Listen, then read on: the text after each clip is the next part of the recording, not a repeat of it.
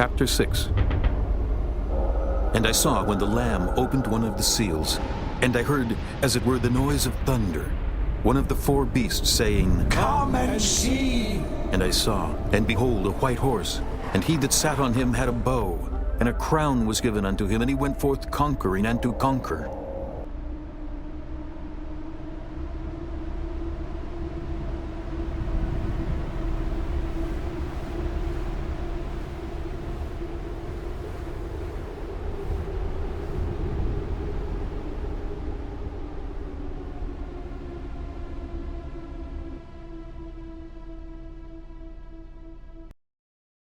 Today we're on the 21st of March. We're a number of weeks and months into the COVID-19 pandemic. So I just want to ask Brendan a couple of questions about where does this stand from a Christian viewpoint? Is there anything about the prophecy about this? How do we think about it and how do we handle it? Well, they are unprecedented events that we're living in and unprecedented times. And we've been here 4 years come May, and we have been giving warnings that world events, as Scripture tells us, will become more and more catastrophic and unprecedented. And as I explained, Scripture tells us that the nation of Israel will go into a time called Jacob's trouble, and the world will go into a time of unparalleled trouble called the Great Tribulation. And these are further developments in problems on earth which the Bible clearly alludes to. And we can basically make one fundamental statement which is critical. The Bible is the only writing in the world which tells the future. The Bible has a 100%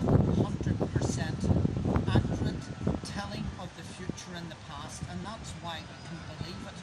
And the Bible is speaking into our day. Jesus was asked two questions: what and when will be the sign of your return and of the end of the age? The end of the age is when the gospel has gone out to all nations, and then Jesus returns. And so we can expect more problems of the kind that we're seeing. I think this virus, we're going to see large numbers of people facing a lost eternity, not place their trust in Jesus. And as I explained in the simplest terms, through one man, Adam, sin and death entered the world, and we are all born from the line of Adam, which is why Jesus said we need to be born again. We need a rebirth from the Spirit of God, so that we're reborn of the last Adam, Jesus. We're born on the road to hell, and Jesus is the only way off it. And that's actually good news, because if you're born twice, you can only die once. Everyone that's listening to this will die. That's a fact of life because of one man, Adam. But we don't all have to die twice.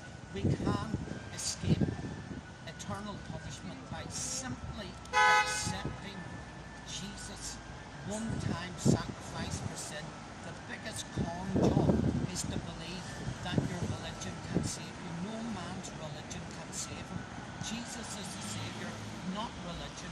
The exit to a secure eternity is through the person of Jesus and his sacrifice. World events are clearly going according to the biblical pattern, as we've listed, as you can see on our website. And we're here, we're warning, which is a scriptural thing to do. As God commands, we're warning people to repent and believe in the Lord Jesus Christ. Now that people are facing eternity, where we have effectively a cataclysmic rise in deaths on earth, and people are beginning to face their mortality. And I've got good news, because Jesus is the way of escape from a world that is passing away. Very good. And I suppose it is notable that in the mainstream media, and I suppose amongst political commentators and commentators of other persuasions, that let's say non-religious commentators, that they are using the same language that perhaps has been used by people like ourselves that point to biblical prophecy, like unprecedented, you know, this type of terminology. These are, let's say, very different times. These things have happened in the past. But where does it sit in Bible prophecy? You know, it mentioned, you know, the book of Revelation talks about the 4 horsemen. You know, there's all this type of imagery being used out there in the general public. How can we look at this from a biblical perspective? Well, the Bible maps it out. The Bible is mapping out. The book of Revelation actually copies and covers what Jesus warned about in Matthew chapter 24. And so Jesus himself said at the times there will be such tribulation that except God intervenes and stops it, no human flesh will survive. And we know from the book of Revelation we're going to expect disease, famine, absolute war, death through war. And you can see geopolitically the world is poised. We've got the rumours of war I think the economic fallout of COVID-19 will probably set the stage for major war. And one thing I do want to mention that's not well spoken of. Israel, the nation, are God's timepiece. They were reborn in 1948, and Jesus said, alluding to the future, this generation shall not pass away until all these things happen. So Israel is God's timepiece. Events around Israel should be looked at very closely. What's happening in Israel is actually mapped out in Scripture. You can read in Isaiah chapter 17, verse 4, it talks about Israel waning or weakening, or it depends on which translation. But that nation, though it's prosperous, is going to come to a place of crying out to God. Also, we have other scriptures that teach clearly about Jesus going away for 2,000 years and coming back for 1,000 years. Well, the 2,000 years basically from AD 30 add 2,000 about 2030, so there's a very short period of time left. That's why we keep pointing that time is running out. The whole Middle East situation with Russia and Turkey and Iran coming up ever closer to the borders of Israel is a destabilizing manner that will precipitate a war, and events globally will be taken within that as well. Okay, very good. We had 1974, the Yom Kippur War brought Britain to a 2-day week, brought an oil crisis, factory closures, and the next time it comes around we can expect worse. Yeah. Okay. And just to point out as well, Luke 21 talks about pestilences as well, you know. Absolutely. And I suppose you have the terminology in the Old Testament or in the Bible there, you know, pestilences, but I suppose a modern term for that, let's say a modern manifestation that are like black swan events, and that's what's been talked about in the financial industry. You know, so these things are being talked about in parallel. They may have a different vocabulary, but it's the same thing, and these things are converging, whether you believe in the Lord or not. And that's what we're saying. These things are evident. God is speaking to man, time to wake up. Absolutely. There is a prince of the power of the air, Satan. God permits him. Just read the story of Job. God will allow Satan do his bidding. God can raises one nation to judge another nation. And throughout history, God has done that. We had World War I brought down the Ottoman Empire. World War II brought the Enlightenment, which wanted to have any nation have its own homeland, brought that into being. Israel was reborn in 1948 according to prophetic scriptures, and the clock is ticking down on that nation. The prophetic history of Israel will be very short. Its former history, its first birth, was a long period of time as it came out of Egypt, but in its second rebirth as a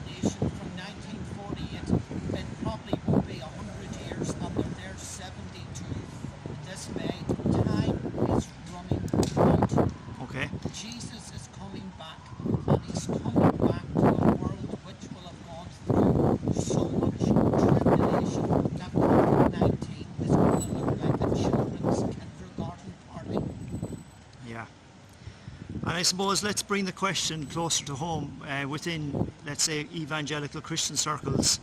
Um, there's a diversity of views there.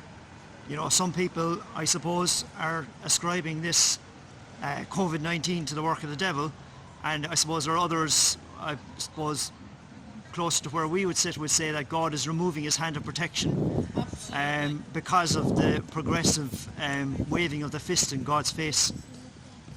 What is the take on this? Well, I believe that having listened to many really good scholars of eschatology, that God will allow tribulation come through Satan. He will permit it. And that is before the church is taken away, raptured. And then after that, God himself will pour his wrath on the world, which has utterly rejected Jesus, his only begotten Son, and his sacrifice. All I can say, the number one sign, biblically, prophetically, of the times is deception. As Jesus warned, many will come in his name. We've got Romans coming in the name of Jesus. We've got Rome state religion from Rome coming in the name of Jesus. But I mean, which Jesus are they talking about? The Jesus of Mormonism is an angel, supposedly the angel brother of Lucifer. Jesus created everything. God the Father created everything by his Son through the power of the Holy Spirit. So these are other Jesuses, and the church is being deceived. That's why we're seeing a move of evangelicals going back to Rome, tracing their roots. These are just some of the points in evangelical Christianity. We're now getting, I hear, Christian Reiki, Christian, what's yoga. This? Yoga. Which is union with Brahman, the god of Hinduism. These Christians are being deceived more maybe than any other group of people. This is the activity going on in the churches. Mindfulness is Zen Buddhism. These are anti-God things that are being adopted. The world has invaded the church instead of the church invading the world. And see this, thou shalt not discuss. And that's basically the mantra of the people who are very often practicing this stuff within our own camp. And we have as much of a gripe with them as we do with people who have another gospel, such as Mormons, Jehovah's Witnesses, Roman Catholics. Anybody who has an expression that's different to what's in the Bible. And we're not picking particularly on Roman Catholics or Mormons or anyone, but there were people came out like, Martin Luther and William Tyndale were members of the Roman Catholic intelligentsia that studied the scriptures as Roman Catholic academics and saw there were problems. And that's what we're saying people who in Roman Catholicism need to do. That's what people in any of these deviant expressions of Christianity need to do. And we say it not to wind people up, but it's simple reality. Well, I would say that they're counterfeit Christian religions, that the deceptions, that is the real sign of the times. The rebirth of the nation of Israel, yes, it's a vital sign, but the deception or the apostasy within the true church is shocking. That any evangelical that thinks they can trace their roots back to Romanism is insane. The Bible is true. The Bible mapped out what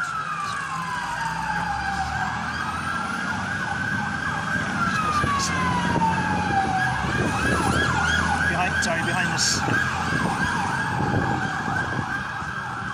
Continue talking. Sorry, Brendan, there was just a bit of noise there in the background.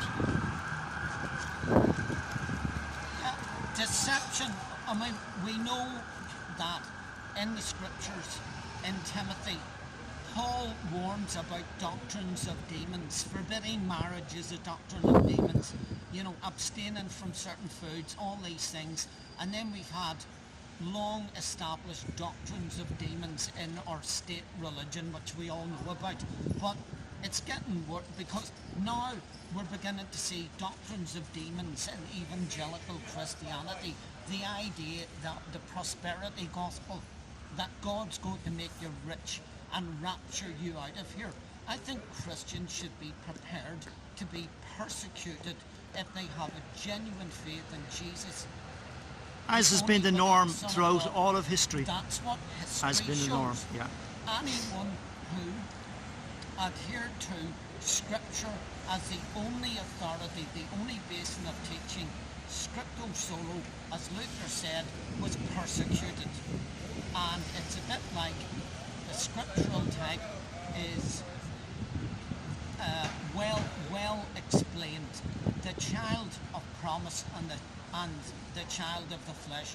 An organised religion is a persecutor of genuine born-again Christians. It's an opposition to it. Jesus did it all to him I owe, and man-made religion says he didn't do enough. Yeah. And would you like to answer a question or two here? We could just ask you. What? Yeah. Well, Yeah. Brendan was just explaining that we're telling people time is running out. You know. I know, yeah. And do you have any faith yourself? I do, yeah, but time is running out. In what sense, like? Time is running out, as in God is going to, Jesus is going to return. This is all going to be wrapped up, and time runs out for each one of us as well. But But who's this God that's going to come and kill us all? Who's this monster? well, we'll die by natural causes anyway. Yeah, But I know, the yeah. truth is, he'll come back because of the sin, the evil, the wickedness. You know? Sure, that's ridiculous. I mean, we are what we are. Yeah. For God's sake, we're human beings. I know. And if God can't cope with that, what can we do about it? It's really- He's provided a way for us, though. Is what we're saying. He's provided a way of salvation because we are the way we are. You know? Look at the sun. Go on, it shines on something bad, isn't it? Yeah. Thank you very much. So it's no harm to ask people, what they're taking. Just get a sense of feel for what's the way people are thinking on the street. Yeah, people have got You know. a lot of confusion. That's true. Yeah. Now, was it ironic or what that Patrick's Day was cancelled?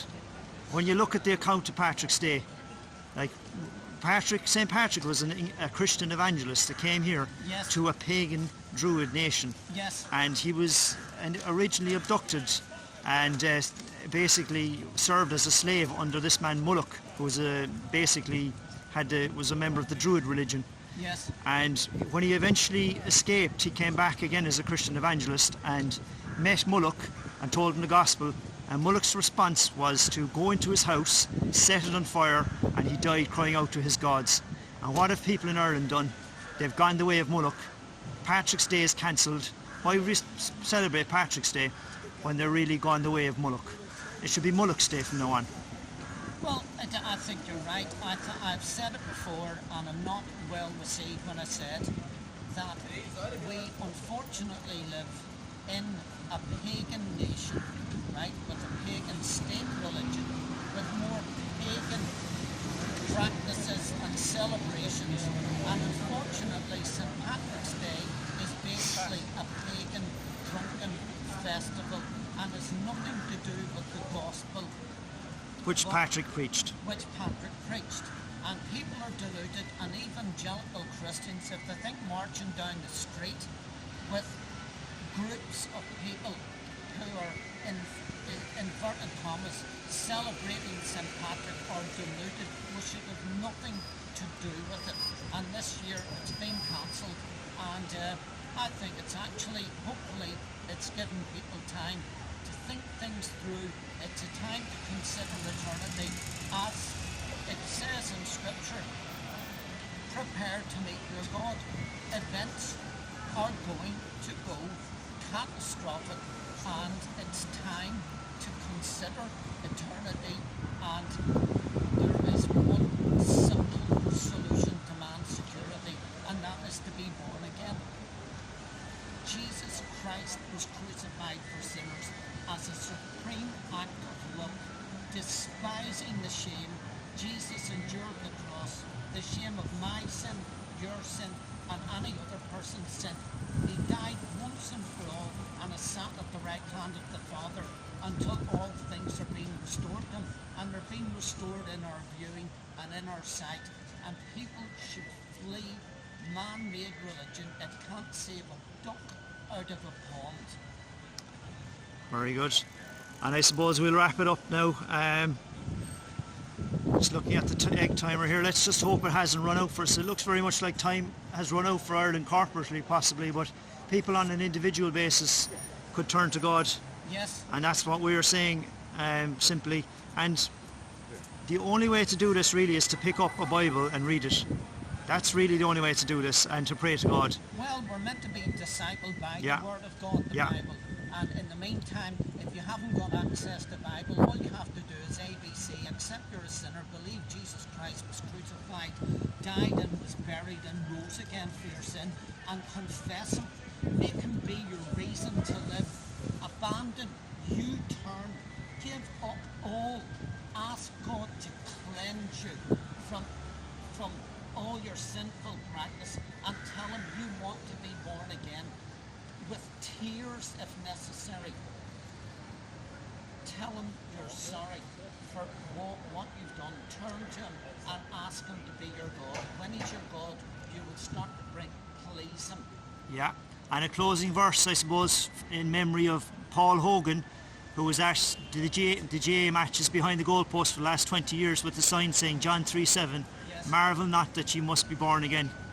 And John, of course, passed away there a week ago. Yes. In Limerick. Another man who stood faithfully just to proclaim the simple message that we all must hear.